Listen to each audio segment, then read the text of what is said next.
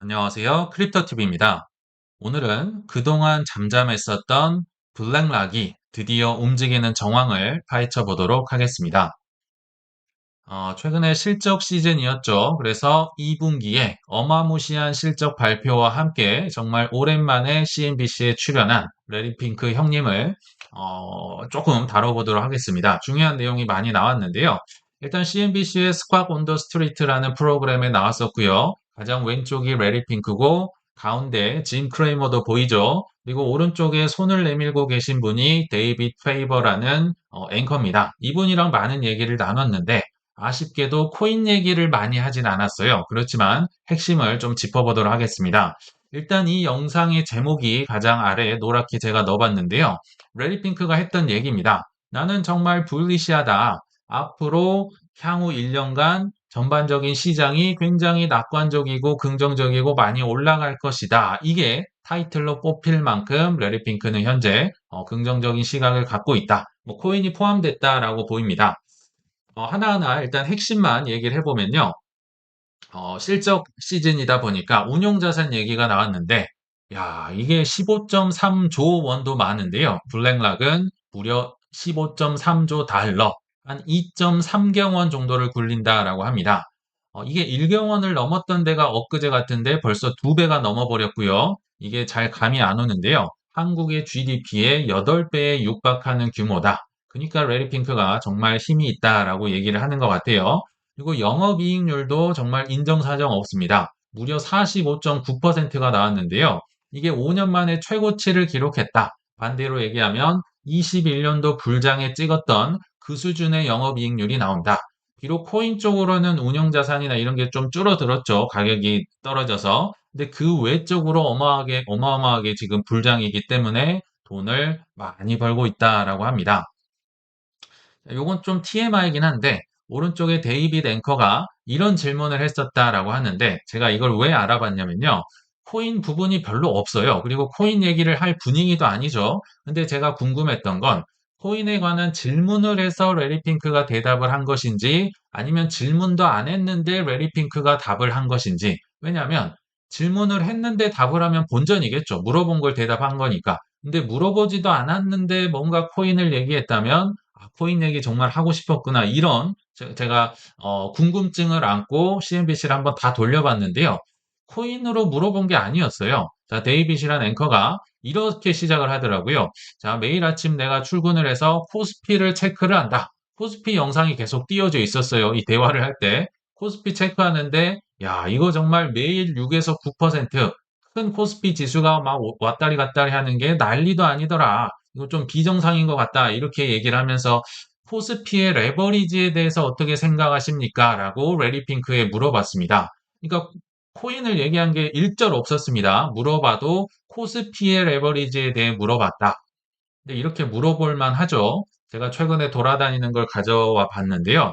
야, 이건 정말 뭐 도박장도 따 예전에 코인도 이 정도였나 싶을 정도로 사이드카가 뭐 빨갛게 파랗게 계속 열리고 있는데 참고로 사이드카는 플러스 마이너스 5%, 그리고 현물이 아니고 선물입니다. 코스피 200을 기준으로 사이드카가 열리는데 이거는 뭐 거의 뭐 계속 열리고 있고요. 그리고 오른쪽 아래 서킷 브레이커는 웬만하면 안 걸리는 거예요. 왜냐하면 플러스 마이너스 8%대 한 번 올리고요. 15%, 20%대 한 번씩 올리는데 그러니까 지금 웬만하면 플러스 마이너스 8%는 코스피 큰 지수는 잘 안 나오는데 거의 뭐 한 달에 한 번꼴로 계속 나오고 있죠. 그러니까 이 대통령도 걱정한다고 하던데라고 하면서 근데 한국 대통령을 잘못 뭐 생각을 하셨는지 쉬라고 하더라고요. 여자분 일본이랑 착각을 한 게 아닌가 싶은데 아무튼 한국 대통령도 이거 레버리지 걱정한다 하던데라고 하면서 레리 핑크에게 물어봤다. 그리고 그에 대한 답으로 레리 핑크가 이런 얘기를 했습니다. 우리는 그런 거 없다. 그런 게 뭐냐면 삼전 닉스를 얘기합니다. 두 개 종목이 전체 지수를 막 휘몰아치는 우리 시장은 그런 거 없다. 이렇게 얘기를 했었고 그의 뒤에 이제 묻지도 않은 코인 답을 했다. 순서가 이렇게 된다 보시면 됩니다. 그 중에 일부가 이제 짤막하게 코인 뉴스에 나왔는데요. 그러니까 답변을 했어요. 한국은 그럴지 모른다. 뭐 두 개 종목이 막 전체를 휘감고 막 오르고 내리고 레버리지가 있을지 모르지만 우리는 그렇지 않다. 이거는 우리 주식을 얘기하겠죠. 우리 뭐 나스닥, 뭐 다우 이런 건 그런 거 없다. 그리고 나서 코인을 얘기한 게 이 코인니스에 나온 겁니다.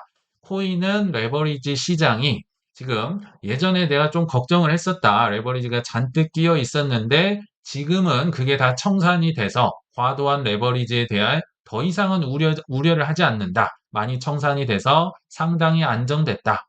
그러니까 코인을 물어보지 않았는데 코스피, 나스닥, 코인으로 넘어왔다. 코인을 꼭 얘기를 하고 싶었나 봅니다. 그래서 이 부분을 제가 한번 일부러 가져와 봤고요. 또 하나, 데이빗이 또 물어봅니다. 야, 영업이익률 정말 높습니다. 당신들은 목표치가 없다, 뭐 천장이 없다라는 표현을 쓰더라고요. 굉장히 영업이익률 높은데 21년도가 최고치 기록이었다고 했었잖아요. 47%, 지금 45.9도 높은데 여기까지 더 올리려면 앞으로 전략과 계획이 어떻게 되십니까? 이렇게 물어봅니다. 이 부분도 기사화가 많이 안 됐는데 굉장히 전 중요하다라고 보거든요. 제가 볼 때 레리핑크의 본색이 드러났다. 그러니까 프라이빗 마켓 3호 얘기가 또 나옵니다. 3호 시장에서 놀라운 성장을 보일 것이다. 요게 올라가서 영업이익 47%를 채운다. 블루오션 개척을 했다. 뭐 이런 얘기겠죠. 그러면서 은퇴 시장으로 여기를 이제 개입을 하면서 유입이 들어오면서 이게 401K를 얘기하겠죠. 작년 8월에 있었던 3호 시장과 코인 쪽에 이제 401K가 투입이 될 거다. 요 얘기가 나오면서 3호 시장과 코인으로 인해서 더 나은 마진이 만들어질 것이다. 이렇게 얘기를 합니다. 그쵸? 그러니까 레리핑크의 마음속에는 코인이 한편에 있고요. 또 3호 시장의 자리를 잡고 있습니다. 그래서 이 친구들이 올라가 줘야지만 내 영업이익률 47%를 넘어서 최고치를 할 텐데 거기에 대해서 굉장히 불리시하게 얘기를 했었다. 요게 이제 어느 정도 제가 요약을 해서 한번 중요한 부분만 소개를 해드렸는데요. 근데 우리에겐 잘 들어오지 않죠. 현물 ETF 이후에 물론 비트코인, 이더리움 ETF 런칭을 한 건 잘한 건데 뭐 하고 계셔 레리핑크 형님 나 지금 너무 힘들어 그리고 오른다는 증거 있어? 이게 지금 우리의 심정이지 않을까 싶어서 조금 이번 중요한 편을 가져와 봤는데요. 일단 이 기사는 아마 보셨으리라 생각이 듭니다. 근데 잘 와닿진 않지만 제가 짧게 한번 복습해 보도록 하겠습니다. JP모건, 블랙락, 골드만삭스 등등이 주식과 국채를 토큰화를 하는 DTCC 예탁결제원 시범 프로그램에 참여를 하겠다. 예탁결제원은요, 그냥 증권은 무조건 여기를 거쳐야 된다. 결제 정산을 받아야 된다. 이렇게 생각을 하시면 됩니다. 굉장히 큰 기득권인데요. 그러니까 이 예탁한 증권을 뭐 주식이나 채권이나 이런 거를 토큰화해서 블록체인에 기록을 하고 거래를 하게 하겠다. 근데 여기서 뭐 좀 중요한 부분은요. 그러니까 10월 전까지는 시범 프로그램에서 이제 토큰화를 시범을 할 텐데, 보일 텐데, 여기에 지금 뽑힌 친구들은 사실 굉장히 인기가 있는 주식들이고, 뭐 국채다 이렇게 보시면 됩니다. 그러니까 M7에서 지금 뽑힌 게 마이크로소프트가 있고요. 코인 주식 중에선 서클이 뽑혔네요. 그리고 QQQ, 그러니까 나스닥 지수일 거고, 스파이가 이제 S&P 500을 대표한 ETF로 뽑혔고요. 아이쉐어스의 뭐 단기 국채나 뭐 장기 국채. 그러니까 각 상품을 대표하는 친구들을 지금 시범으로 하겠다. 시범이니까 인기 있는 걸로 해야겠죠. 그래서 이 시범 운영을 바탕으로 막 40개 이상의 막 금융기관의 여러 이제 체인에 올리고 해서 오는 10월 토크나 서비스를 정식 출시할 예정이다. 이렇게 보시면 됩니다. 근데 잘 와닿진 않죠. 그리고 요거를 좀 지역적으로 제가 해석을 해보면 결국 RWA 시대가 오겠구나, 요게 뜨겠구나, 그리고 또 무슨 코인이 여기에 쓰여서 오르려나, 뭐 이렇게 하고 끝나겠죠. 그래서 뭐 그래도 한번 정리는 하고 넘어가겠습니다. 뭐 가격이 안 오르니까 잘 안 들어오실 수 있는데요. 자, 시범 상태에 쓰이는 코인은 근데 생각보다 얼마 없어요. 자, 정리를 해보면 하이퍼레저 배수라는 고속도로가 있어요. 그러니까 시범 사업에는 이더리움, 뭐 솔라나 이런 거 얘기가 일절 안 나옵니다. 물론 나중에는 어마무시하게 쓰겠지만 일단 하이퍼레저 배수라는 사실 코인도 없는 고속도로 요걸 하나 쓸 거고 또 캔턴 네트워크 요 두 개의 고속도로만 써서 일단은 시범으로 고속도로로 쓰겠다. 요 두 개만이에요. 그리고 체인링크라는 이제 코인은 오라클로 인해서 오라클 기능 때문에 쓰일 거고 스텔라만 사실 거의 유일하게 시범에는 쓰이지 않지만 27년도는 본격적으로 이제 런칭을 하겠죠. 시작을 할 텐데 27년 상반기에 몇 월일진 모르겠지만 스텔라 고속도로는 무조건 쓰겠다. 이건 거의 확정이 됐다라고 보시면 됩니다. DTCC의 선택을 받았다. 그리고 XRP ledger는 어떠냐? 미정입니다. 다만 이제 DTCC가요. 이러이러한 특허 기술이 있다 하더라라고 하면서 스텔라랑 XRP ledger를 언급을 했기 때문에 좀 유력하긴 하겠다. 그렇지만 공식 발표는 아니다. 이 정도로 보시면 되고요. 온도라는 코인은 이제 국채 만드는데 대표 선수기 때문에 역시 파트너십을 맺었다. 그러니까 이 정도가 약간 DTCC의 혜택을 받는 뭐 수혜 코인이다. 그냥 이 정도로 생각을 하시면 좋을 것 같아요. 근데 이걸로 하고 끝나면 안 되겠죠. 자, 이제부터 중요한 얘기를 할 텐데요. 영업이익률을 끌어올리기 위해서 메리핑크는 결국은 이 세상에 있는 모든 것을 토큰 위에, 코인 위에 올릴 것이다. Everything will be tokenized를 이제는 실행을 할 것이다. 라고 보시면 됩니다. 그 시작점이 10월이라고 보시면 되는데요. 이제부터 중요한 얘기를 한번 해보겠습니다. 그러니까 결과는 26년 10월 달에 DTCC의 토크나 정식 서비스를 시작을 하겠다인데 그 뒤에 굉장히 많은 시간과 돈과 노력을 들여서 준비를 했을 거 아니에요. 그래서 이게 지금 결과는 26년 10월 딱 이렇게 나왔는데 정말 큰 그림을 한번 블랙락이 이미 그려놨던 큰 그림을 한번 제가 연결을 해보도록 하겠습니다. 이게 조금 중요할 것 같다 생각이 들어요. 자, 뭐 이런 흐름을 갖고 있죠. 정확히 얘기하면 23년 초부터 레리 핑크 회장이 RWA의 시대가 올 것이다. 노래를 불렀다라고 보시면 됩니다. 그리고 나서 23년도 6월 달에 비트코인 현물 ETF를 신청을 했었죠. 이때 당시에 게리 겐슬러가 막 칼춤을 추고 막 코인들을 괴롭히는데 아랑곳하지 않고 그냥 신청을 했고요.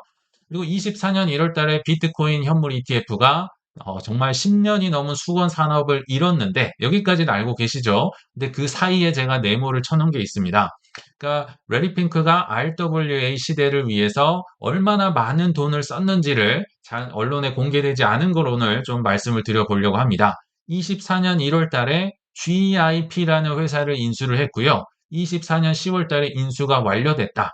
라고 보시면 되거든요. 이게 도대체 뭐냐? 인프라 자산 확보라고 되어 있는데요. GIP가 글로벌 인프라스트럭처 파트너스, 즉 정말 세계적인 3호 인프라를 투자하는 운용사다라고 보시면 됩니다.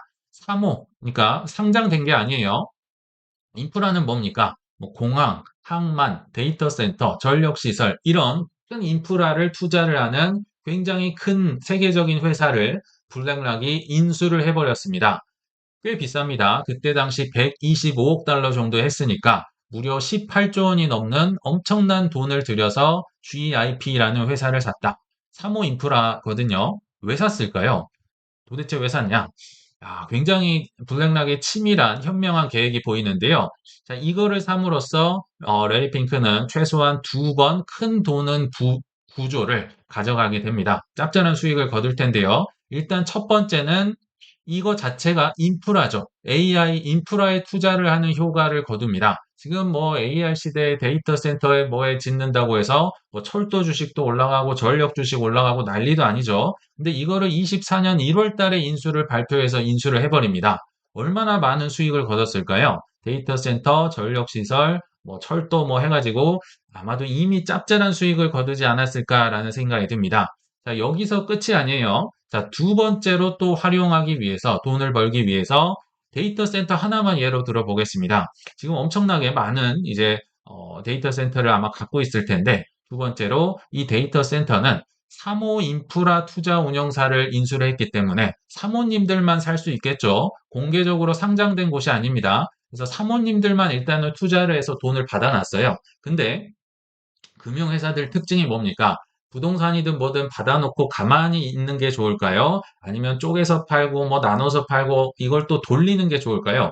돌리는 게 금융이겠죠. 그래서 이 데이터 센터든 인프라 등등을 토큰화를 생각을 하네요. 이게 DTCC에서 이제 10월부터 본격적으로 진행될 일이다. 물론 인기 주식이나 채권부터 하겠지만 결국은 데이터 센터도 그리고 공항도 항만도 전력시설도 뭐 철도도 토큰화를 해서 팔아먹겠다. 예를 들면 데이터 센터를 지금은 못 팔고 그냥 가만히 들고만 있죠. 요거를 1만 개로 쪼개서 판다면 또 어마무시한 수익, 수수료를 거둘 수 있지 않을까. 그래서 지금 이미 A의 인프라를 통해서도 수익을 거뒀는데 요거를 10,000개로, 20,000개로, 30,000개로 쪼개 팔아서 또 어마어마한 수익을 거둘 것이다. 요게 블랙락의 큰 그림이다. 그러니까 18조 원이나 투자를 하지 않았을까라는 생각이 듭니다. 그리고 나서는 이제 24년도 3월에 비들 펀드 출시했다. 당장 국채가 큰 무리 없이 그리고 인기 상품이라 바로 이제 뭐 이더리움 등등의 이제 비들 펀드를 출시해서 독점을 했었고요. 근데 아래 보시면 또 약간 어색한 이 인수 발표가 등장을 하죠. 24년 7월 달에요. 물론 이더리움 ETF 현물 이게 출시가 된 것도 있는데 프리킨이라는 기업을 인수를 발표합니다. 24년 7월에 발표했고 비교적 최근인 25년도 3월 달에 이제 완전 인수가 완료됐다라고 하는데요. 여기는 사모시장의 데이터를 확보했다라고 되어 있는데 이게 도대체 뭔가? 프리킨만 영국 기업이었습니다. 요거는 이제 사모시장계의 블룸버그다. 왕 데이터 왕이다라고 보시면 되는데요. 블룸버그가 뭐냐? 그러니까 상장 기업들의 최고 데이터를 다 갖고 있다. 뭐 PER, PBR, 뭐 수익률이 어떻고, 뭐 숨겨진 데이터가 어떻고 이런 건 상장 기업의 모든 데이터는 블룸버그가 온갖 뭐 속보부터 다 알고 있죠. 근데 이 프리킨이라는 영국 기업은 사모시장계의 블룸버그 모든 데이터를 다 갖고 있다라고 보시면 됩니다. 가격도 꽤 비쌌어요. 32억 달러에 인수를 했는데요. 그러니까 한국 돈으로는 한 5조 원 가까이 됩니다. 근데 블랙록에게는 이게 뭐 큰 돈이 아니기 때문에 요것만 그냥 현금으로 다 100%산 걸로 제가 알고 있고요. 다른 것들은 이제 주식으로 사겠죠. 근데 여기를 그럼 왜 샀을까? 자, 생각을 해보시면 이 세상에 있는 모든 것들을 일단은 사고 그 다음에 토큰화 해가지고 이제 사고 팔고 하는 수수료를 장사를 할 텐데 그러니까 지금 여기는 막막하잖아요. 사모시장이라는 곳이. 그래서 아무도 나서지 않았는데 이 블루오션을 블랙락이니까 개척을 하고 있다. 뭐 거기까지는 알겠어요. 근데 문제가 뭐다? 정말 세상에 있는 모든 것을 갖다가 팔려면 가격을 잘 알아야 될 거 아니에요. 여기는 비상장 시장입니다. 뭐 임야, 뭐 숲 이런 거 가격 제대로 아시는 분 없죠? 데이터 센터도 마찬가지고요. 그러니까 사모 시장을 뭐 팔려고 하는 건 좋은데 이거 도대체 적정 가격이 얼마야? 거래량이 얼마나 있어야 좀 유의미한 거고 평균 수익률이 어느 정도 나와야 좀 괜찮은지 아무도 모릅니다. 오직 누가 안다? 프리킨이 다 알고 있었던 거예요. 왜냐하면 사모시장계의 모든 데이터를 독점하기 때문에. 그러니까 나만이 알고 있는 가격을 통해 가격을 알아야 잘 팔아먹을 거 아니에요. 그래서 사모시장의 데이터를 독점하기 위해서 프리킨을 5조 원 가까이 인수를 했다. 왜냐하면 나만 가격 알고 있으면 유리하게 팔 수가 있을 거 아니에요. 그래서 인프라를 사는 것도 좋은데 데이터 왕 데이터를 그냥 샀다 자체를 인수했다. 그러니까 얼마나 사모시장에 지금 RWA 시대가 와야 되는지 간절한지를 알 수 있을 것 같습니다. 이게 끝이 아닙니다. RWA 판을 벌이기 위해서 인수한 회사가 또 하나가 있는데요.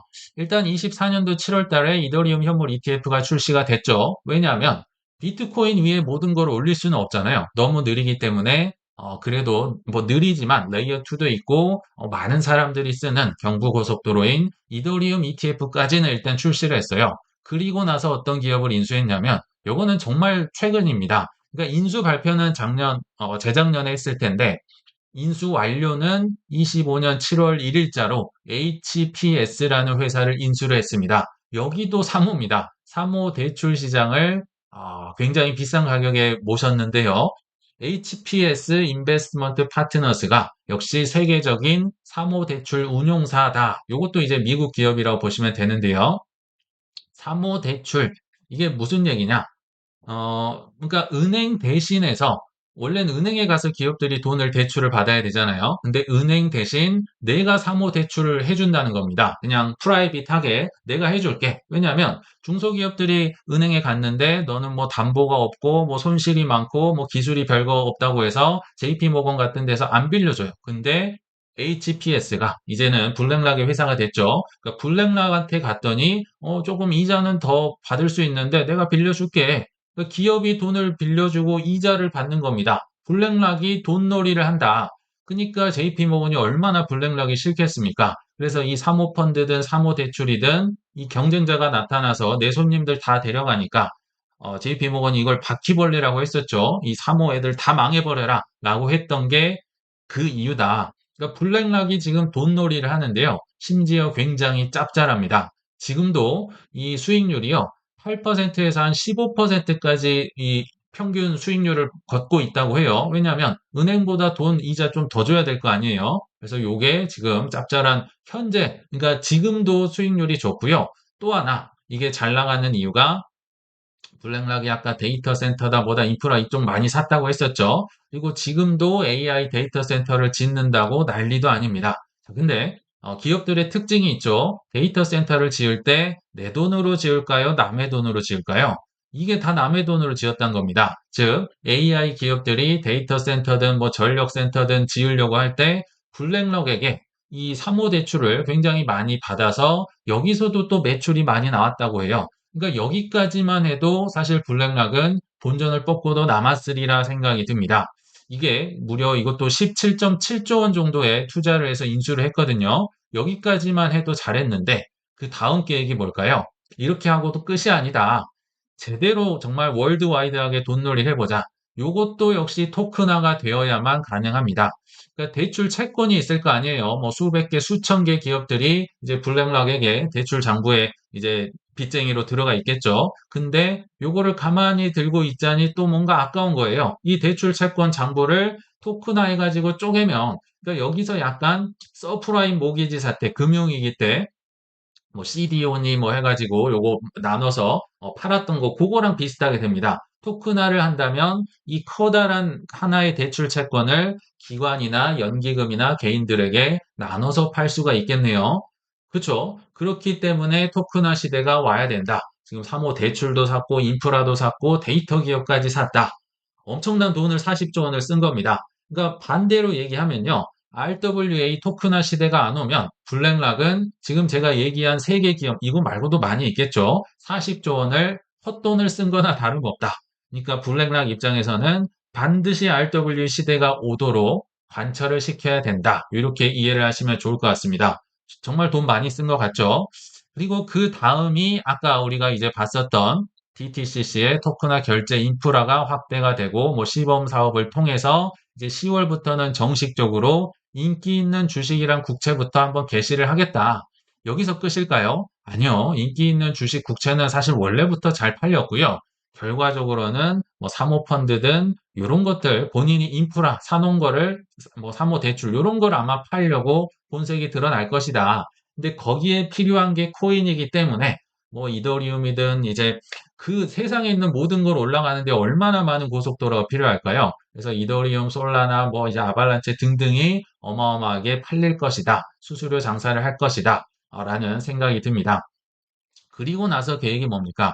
뭐 26년 말, 뭐 27년 초쯤에 아마 진행이 될 텐데 제가 계속 말씀드렸던 401k에 사모 자산, 사모 대출, 사모 펀드 집어넣어 줄게. 그리고 코인도 살 수 있게 해줄게. 왜냐하면 구조적인 수요가 또 나와줘야 될 거 아니에요. 그리고 유동성이 나와야지만 결국은 RWA 시대에 토큰화가 원활하게 이루어질 거라 생각이 듭니다. 그래서 레리 핑크가 뭔가 믿는 구석이 있으니까 투자를 했었고 401k에 이것도 행정명령에 로비를 많이 넣었겠죠. 로비도 넣었으며 이제 27년부터 정말 RWA 시대에 원년을 준비하고 있지 않을까 이런 생각이 드네요.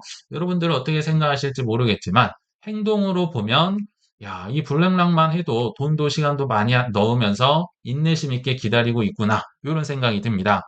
그래서 한번 결론을 맺어보자면 자, 블랙락은요. 지금 10년도 넘게 묵었던 수건 사업이었던 비트코인, 이더리움 ETF를 정말 뭐 노력을 해서 승인을 결국 시켜냈죠. 그리고 401k 행정명령을 위한 로비도 아마 많이 했을 것 같고요. 또 RWA 시대를 위해서 40조 원 이상의 돈과 시간과 노력을 들이고 나서도 그런 블랙락도 지금 묵묵히 그 시기를 기다리고 있다면 그리고 우리가 그들의 계획을 미리 알고 있다면 우리도 물론 힘들긴 하지만 조금은 그래도 여유를 갖고 근거를 갖고 기다려 보시면 어떨까 생각해 보면서 이만 마치겠습니다. 시청 감사합니다.